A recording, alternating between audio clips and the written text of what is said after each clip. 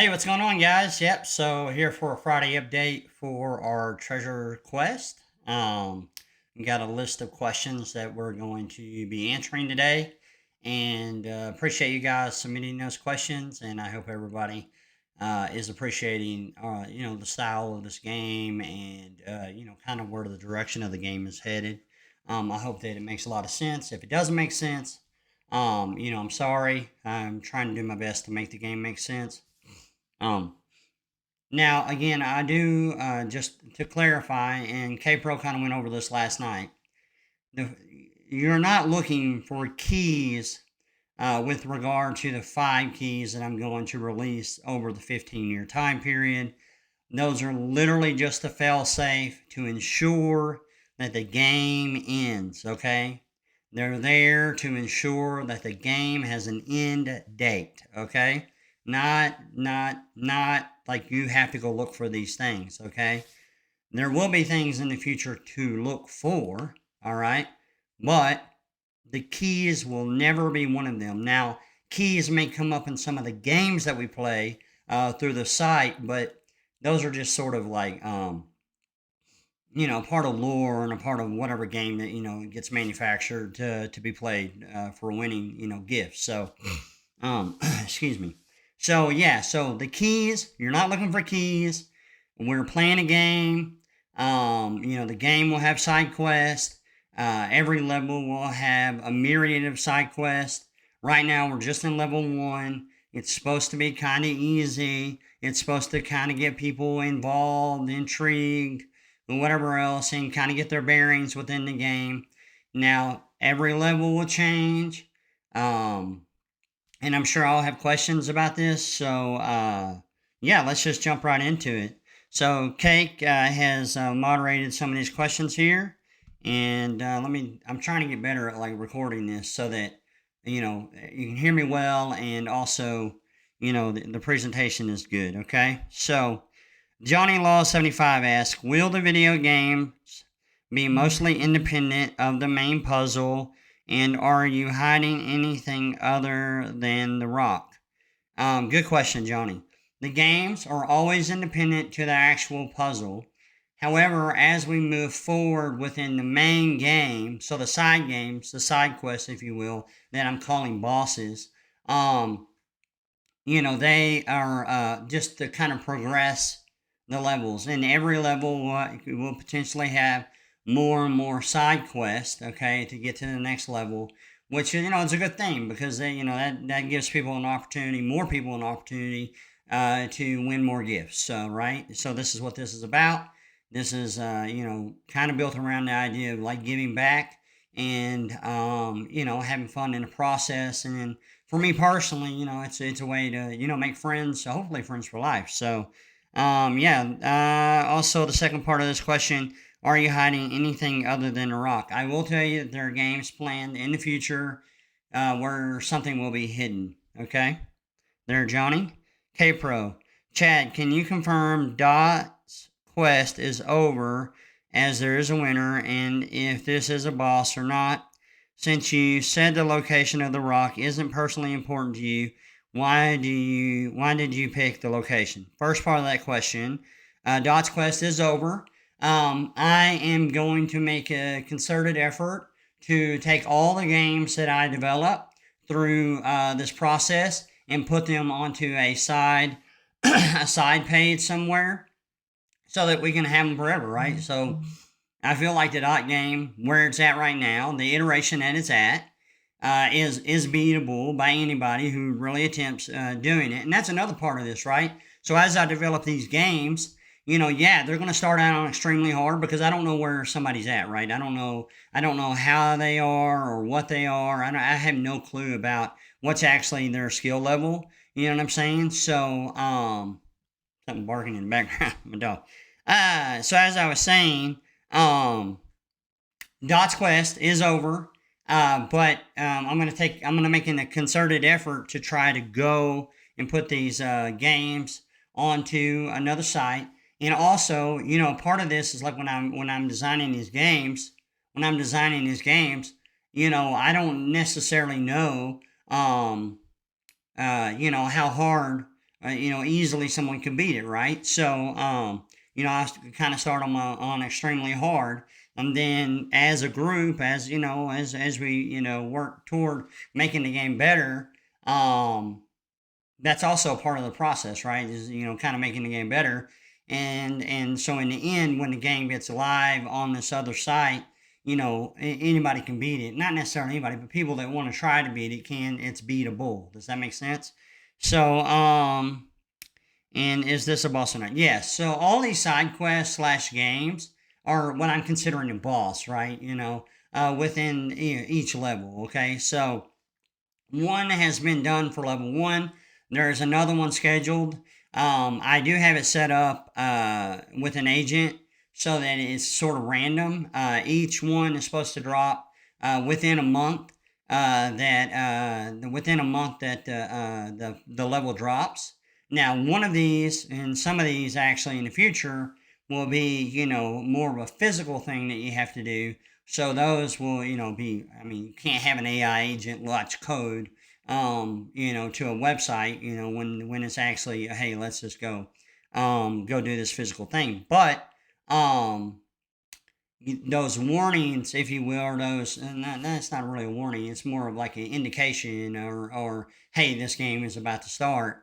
Will those instructions? Yeah, that's the word I'm looking for. Instructions. Those instructions will appear randomly. Now, again, you won't be able to play it on the site, because obviously it's going to be an in-person type thing. So, and those will happen in my mind, kind of all over the place, kind of where I go, and like I may go to Savannah, Georgia, and there's a restaurant there we love to eat at, and drop something somewhere, and I have indications, and instructions on how you can try to find it. Forsyth Park's a pretty cool place, by the way. So, since you said the location of the rock isn't personally important to you, why did you pick that location? Okay, so to be clear, the location where the actual main trove is that we're playing this game to try to figure out where it's at, um, it embodies all the things that are sort of transpired and happened in my life, and the things that when positive moments in my life that I can reflect on is represented at the place that the rock is. Okay. Treasure Gal. Could you be more specific on what counts as recording? The instructions only say to record and share. Technically, when stated in this manner, one could read it as simply a paper recording of their win. That's true. There are many methods for recording information. Please be specific and clear with the instructions.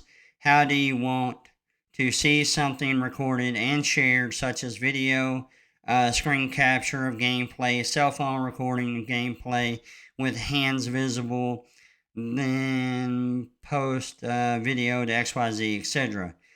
If I was okay, so I'll answer that first one. She has. So yeah, so screen share is what I mean. So I think I understand that we do have some older people within the treasure hunting community, and this may not necessarily be their gig. Some of these side quests, and I understand, and like you can't do like that old saying, you can't please everybody type thing.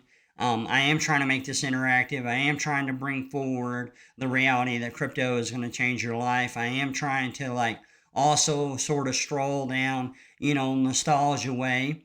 My son is a professional, well, an pro right now, COD player. So most people who see record gameplay will understand it's screen recording. You can record yourself too in a side window, but I think that most movements, when analyzed by in AI to see if it's AI, will pretty much indicate whether it was or not. So, for example, the guy who just won, Dungeon Coil, um, it was clear that he wasn't he wasn't AI, and he wasn't using AI or even a bot really, because there were dozens and dozens and dozens of time where he missed a dot, and he was just using a pattern that's pretty common within the snake, to try to avoid the tail as you go after the next dot. So, but those things will be uploaded, and if there's questionable activity there, then I will make sure that we run it through a screener and just ensure that it's not AI that did it, or a bot per se. Most games will have pretty good bot protections within them, I would think. And if someone builds a cheat code to beat the game, then beats the anti-bots and beats whatever else, well, hey man, kudos to them. I know that's not necessarily quote unquote fair to the less tech savvy people, but I will say that most of the anti-bot stuff that gets put into this code will be pretty hard to develop code to beat it. Okay, so to try to try, and then also the gameplay will be, I'm going to run it through a screener to make sure that it wasn't. Um, if I feel like it was like super blatant, like AI, and this is up to me, right? Then I may disqualify said person, but most of the time I'm not going to disqualify anybody. Like if they take the energy and the time to go develop a code to beat a game, well, I mean that still takes time. I mean they're still doing something to win the game, in my opinion. So, but most games will be developed with anti-bots, coding within them to protect from this happening. In other words, someone would have to take a lot of energy and a lot of time in order to actually code out something to beat the game. So, to be clear on that. So, yes, to be real clear, when I say record, it's video record. You can do it from your cell phone if you like, and then upload it. Obviously, anybody can upload to YouTube for free. If it's a long gameplay, just like Behold did, which I would suggest. That way, it's easily shareable amongst the Discord community too. That way, everyone can verify and see, okay, yeah, you won fair and square. Or again, if you go out and you take the time to develop code to beat the game, hey man, more power to you. I use Game Genie, right? Later on, whenever I was playing NES games. So, um, it still took time, it took time to go and save up the money to buy that thing that was like, I don't know, it was like 1999 or something like that. I just remember. But yeah, so cell phone gameplay is cool. Video screen record is probably the best way. And then just upload it, to whichever, video sharing app that you have and for review. So that's it. The next question she had was, if I was a treasure walk, how many people pass within 200 feet of me daily? I can't necessarily give you a daily number, um, but I will tell you where it is at. Um, over the last, and I did some math on this, over the last 2 years, it's been out there a little over 2 years, right around 400,000 people have passed by it. Is the treasure in a place safe from tornadoes or other natural disasters or dam failure? There's nothing guaranteed with that. If something were to happen, a natural disaster in the area, listen, because we have hurricanes, and we have, dust devils, and we have, tornadoes, and we have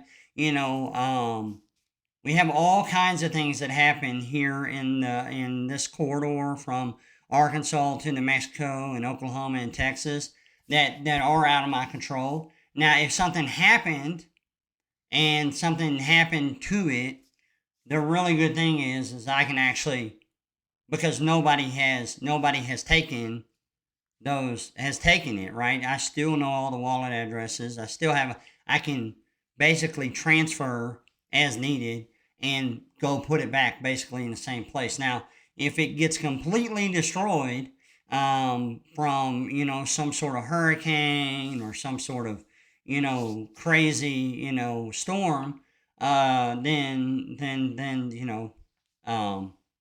talking about the place, then it might just have to be game over. But I hope that doesn't happen. So I guess that's the answer to that. Treasure Gal still asks, what do you enjoy fishing the most for?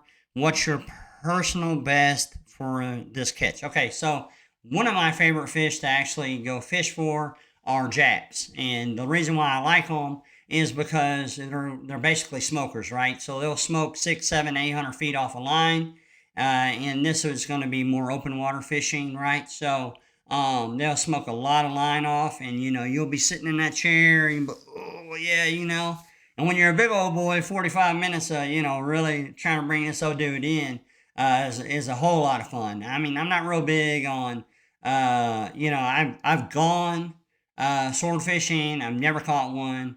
But I like dolphins. I like dolphins are not tax mahi mahi. Okay, better said. And jacks because they just smoke so much line off the reel, and it's just a lot of fun to bring them in. So, how many times in your life? She continues to ask. How many times in your life have you been to the Rocks location? Um, Definitely more than 10. Dukes of Hazard. Dukes of Hazard. All right, here we go, Luke. Um, if I was the treasure rock, how many people pass it? Same question I just answered. He continues to ask, as we've seen with other hunts, dogs are not always welcome. Can my dog legally go to the exact? Absolutely. Like, I know that like service animals are a thing for people. And to be honest with you, I've been out in Yellowstone like a lot this year, right? By myself. Boy, would I love to have a good old dog with me, right? Like my boy Remo. But that's just not what's going to happen, right? And when you're out there, in that wild. But where this thing is not unsafe. Okay, I'm going to continue to pound that home like this. It is hidden very well, but you are not going to have to put yourself in perilous positions to get to it. Okay. Yeah, you can absolutely tell your dog. He continues to ask, in regard to this parameter of the site, in quotations, but there are ways to it that might require fees. I would go a path of least cost, even if it's longer. Is the parking spot that is 400 feet from the rock where you can park a smart car or a paid or free location? You can absolutely get to it always free. It's free to get to. Okay? Carter Violin, I like that name. Are there any Easter eggs on the website that can be found via mobile, or are they only accessible via laptop and computer? Right now, where we're at, cell phones didn't exist. Okay? And what I mean where we're at is like the timeline. So, the timeline of all this, right? And you'll get, as the game progresses, it'll make more and more sense, right? Shorty Cart 3. How many rows of VINs are you referring to in the location riddle? Well, Shorty Cat 13. Let's review. Let's review the poem here, right? I'll pull this up to make sure I say this correctly. Okay. So I say near rows of VINs that mark a quiet end. So I will say that it is near rows of VINs that mark a quiet end. Island Hopper. The rows of VINs, are they also within 400 feet of the treasure rock? Is the rows of VINs an auto junkyard? Stage 1 boss game. Any hints to help us find it? Can you say which page it's on? Okay, so going backwards here, stage 1 boss has already been beat. It was on, it was a dungeon game, so therefore it's associated with Zelda. Okay, you could have figured out. I mean, I already knew they were going to go inspect the pages, like, duh, right? So I already knew that. I threw in some fun obfuscation. That's really hard for me to say, just for fun. I mean, literally said dungeon coil in the code. It literally said, win 200 dots. I mean, so it was kind of, I know that they're going to do this, right? And I know this is quote unquote how level one's going to be played. So, yeah, so that was associated with Zelda, or Legend of Treasure, if you will. Is the Rose of Vins an auto junkyard? Um, let's see here. How was the best way to put this? I will say that the Rose of Vins oftentimes have working cars. The Rose of Vins, are they also within 400 feet of the treasure rock? I will say that the Rose of Vins are a part of the puzzle, the solve, and they mark a quiet end. And that is near Rose of Vins. Okay? Joe Byler. Okay, for the snake game, is it okay to record? Okay, yeah, so we've gone through that. Or does the recording need to be done? I've already come through that. Again, you can screen record, you can use your cell phone, upload to your favorite, quote unquote, video sharing app, and, share it. So we can all verify publicly that, that it's been won. So, if there is, an extreme suspicion of AI, I mean, maybe. But again, like if someone takes the time to go build something in order to beat something that has protections within it, it wouldn't have been easy to build a bot to beat that game. It just wouldn't have been. Go do it right now. Try to build a bot and beat the game right now. It would have been very hard. It would have taken a very skilled person. And I would say most of us treasure hunters, while we may be skilled, you know, anyways, point is, you beat the game, you beat the game. If you got to use a game genie and you made the game genie, then, kudos to you. So that's how I view that.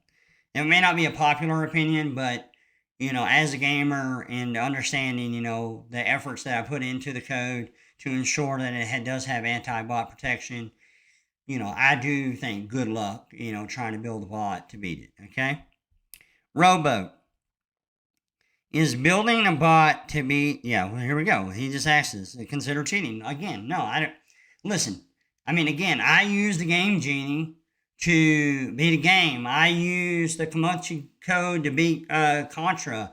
I used, Ninja Gaiden code that's, kind of hidden with, within Treasure's Key because, that's associated with Tecmo. So, like, in the end, no. Like, if you go build something to win, that's fine.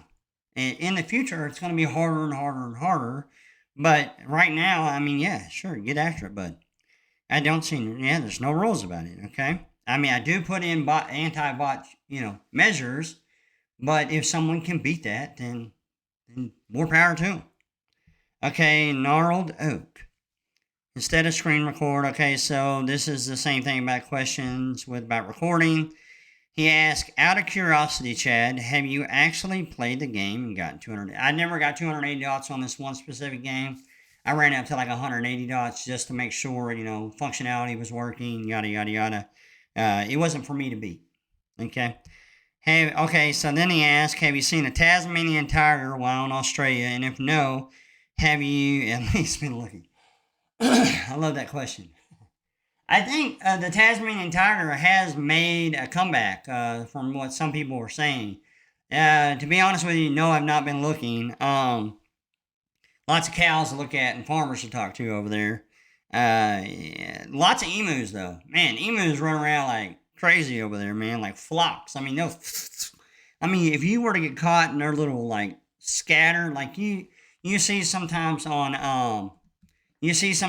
like, people getting caught in a stampede. Man, I mean, those big swaths of emus are like crazy looking. Mystic Moon. Do we need to record the entire gameplay or can the video be particularly cut to show the end? I thought about this more. I think it's pretty good to show the entire gameplay just so that we know that, that it was beat. and how long it took to beat, etc. Okay? Sneaky Sneezy. Every time we've attempted to explain, okay, he wants to know what a key is. He doesn't think I've done a good enough job making sense of it. And we should be able to decrypt a location. Okay, so again, there are 5 keys. Okay, there are 5 keys.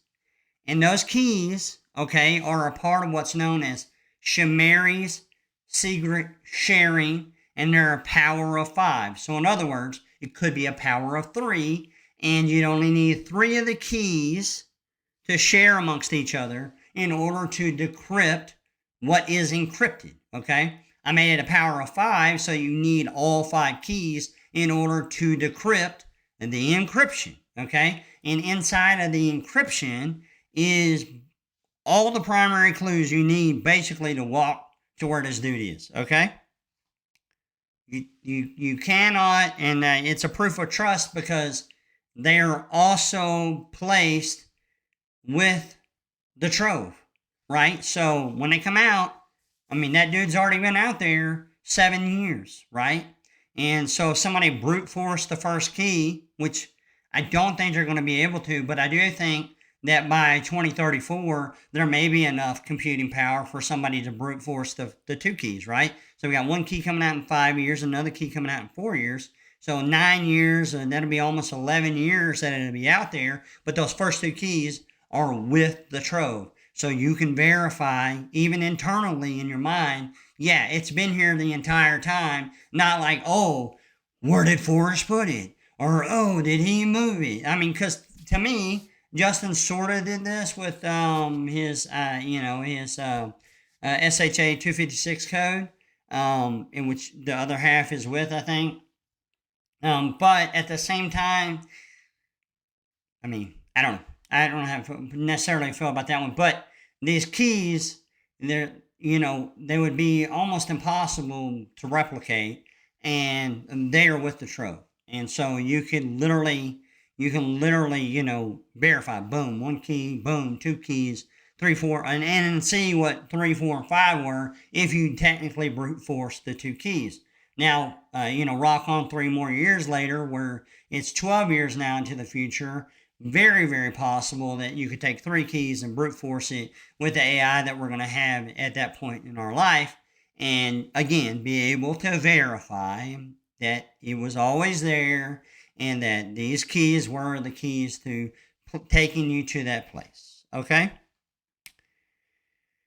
Okay, it says at one point you told us that I think he's just kind of misunderstanding what's going on. And then he says, can an individual obtain 5 keys, use these keys to solve the location in lieu of the riddle? Yeah, that's the point.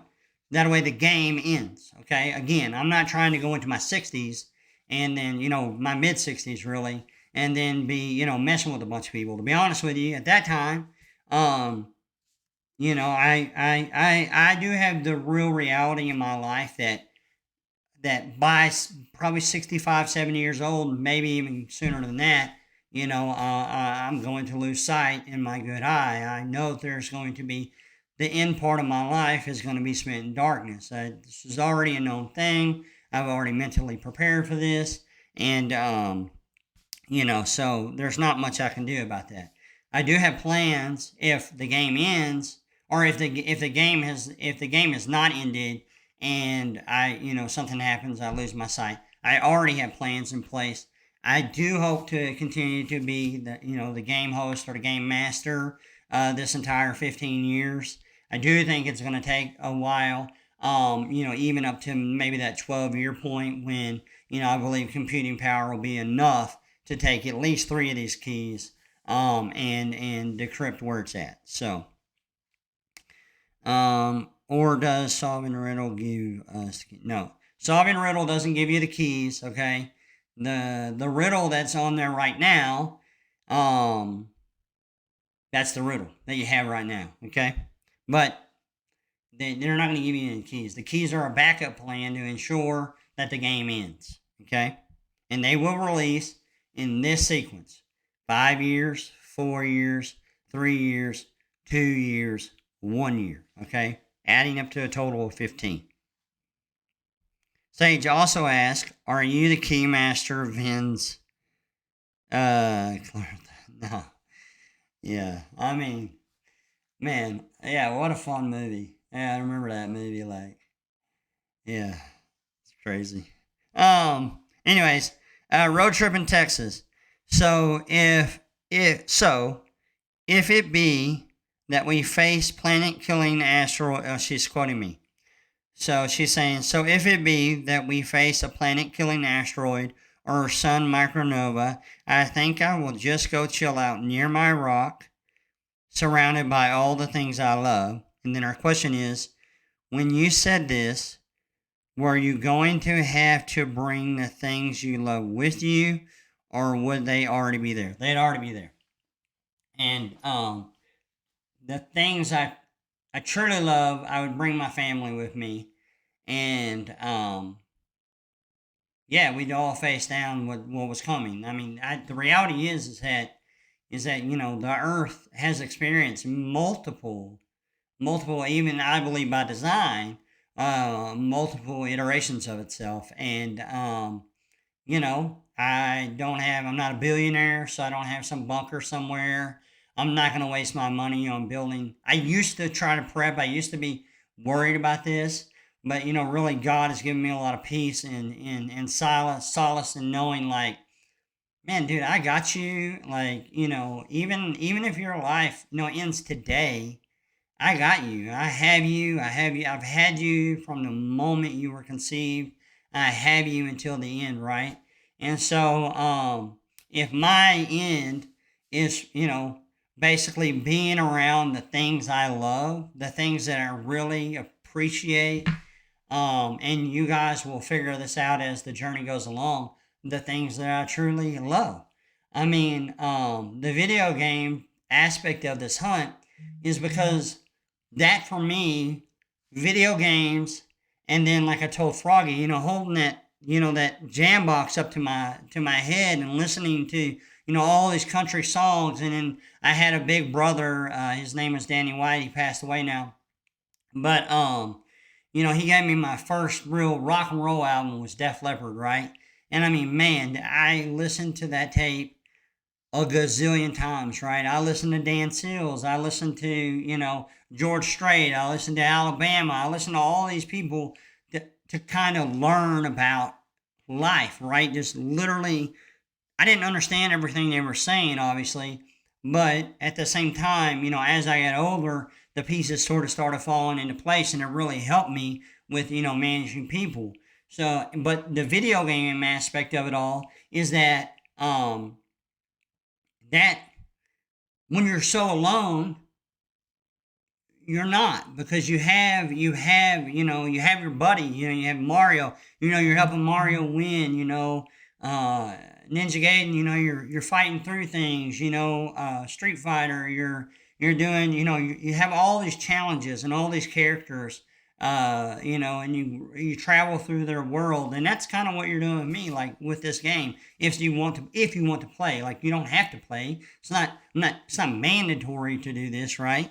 But if you do, well, then the reality is that that's what we're doing. We're you're going through this with me, and together we're building, our own character, our own life. So,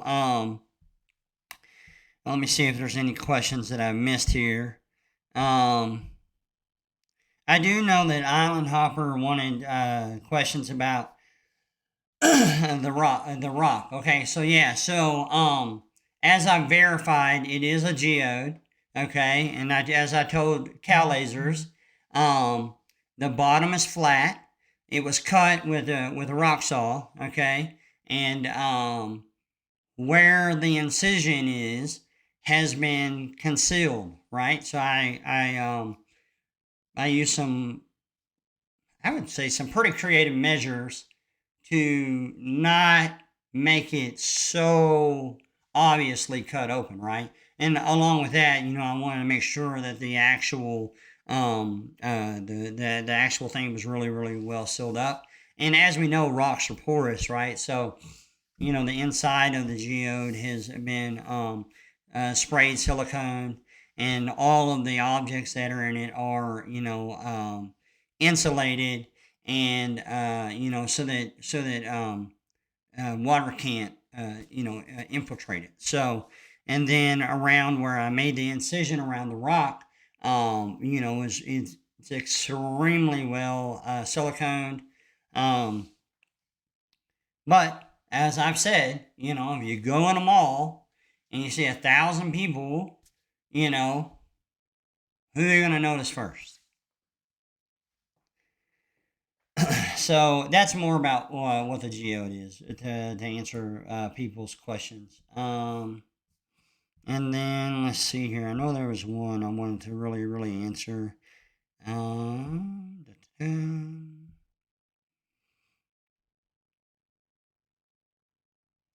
Yeah, in the past, did you use an Apple IIe? Apologies if you shared. Absolutely. I mean, I think anybody who went to school, one of the things that, like, unfortunately happened to me growing up in school is like by about third grade is when, these were pretty prevalent. The computers that we had in schools were prevalent.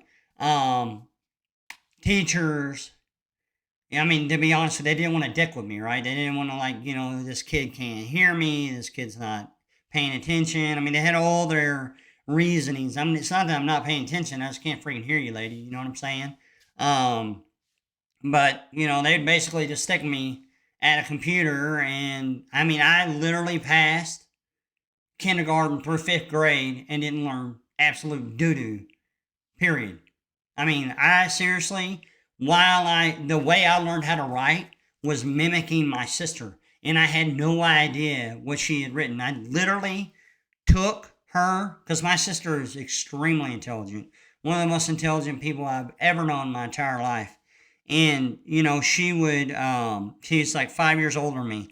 And, she would, at this point, like when I was learning how to write, she was writing in cursive, right? So I literally taught myself how to write in cursive and not, even now I struggle with, like, trying to find good penmanship. But when I was doing this, I did this as a form of drawing, if you will, right? It wasn't necessarily like, oh, I understand, what this word means, or I understand what, this actual sentence structure, right? Because I really wasn't taught, right? And we were in a very small community in Brookston up until my fourth grade year. Literally, it was one of those K through 12 schools where everybody was in the same school. We might have had 200 people in the school total, and it's called West Lamar. And yeah, I mean, they maybe they thought they were doing their best, right? But in the end, like, I didn't learn diddly squat. So, I mean, anytime a computer showed up, that's where I was at. I mean, I remember literally writing. So my mom, someone gave her a computer for her work, like in maybe like 85, 86. And, you can see on a computer, you can see all the buttons. I don't necessarily know what it means, but I saw that inside of this big packet that came with the computer, you can make a game, you can build a game. And I remember the first game I ever built was this. It wasn't Pong. Oh, excuse me. It wasn't Pong. It was like this. It was So the dot would come across, and it wasn't Snake. So the dot would like come across, and then like there'd be like a gate that would open, and you'd have to like try to get the dot through the gate. So like the gate was like these two like pixelated walls. But yeah, that was the game. So then, boom, you pass through the little gate, and then you go through another gate and whatever else. So yeah, man, absolutely. Um, so that seems like the questions that I have this week. Let me make sure over here on Trezor Quest. Broke 7, nice. Yeah. So just to finish up, I want to congratulate Behold. That's his ticker or his name on Discord. Man, good job. Really fun to watch you play it, by the way. I watched a bulk of your gameplay, like, basically 35 minutes of it. Really fun to watch. I mean, that's another thing about. I actually like watching people's gameplay, so that's sort of another part of this. And Yeah, man, I hope everybody is having fun. I hope that in the end, um, I hope you guys appreciate like what I'm trying to build here. Like, I mean, for me personally, like this isn't just like okay, hey, let's go write a book and let's go put some treasure out there. I mean, like it's just lame to me. Like I wanted to do something fun, right? I wanted to be fun. I want whoever finds, the trove to really appreciate what I've given them. And I hope that along the way that the gifts that I'm giving, help people. Like behold, who knows? I mean, most treasure hunters are, probably in that $35,000 to $70,000 a year range, and shoot, $1,000 can help people. You know what I'm saying? So, yeah. Anyway, so I really appreciate you guys. I look forward to more questions. I'm trying to answer them as honestly as I can. Again, trying to be as interactive as I can. Again, do not ever hesitate to reach out to me via email. I've gotten several sweet emails from people, and I just, I'll just tell you guys that, you know, uh, I appreciate those. I appreciate people sharing parts of their life because I'm sharing a big part of my life with you guys. And, in the end, I think we're going to make one of the coolest games that have ever existed. And I really believe that. I really think that this is going to end up being one of the funnest games ever made. So I hope more players come. If they don't, then it'll just be us. And that's perfectly fine. So until next week, see you later.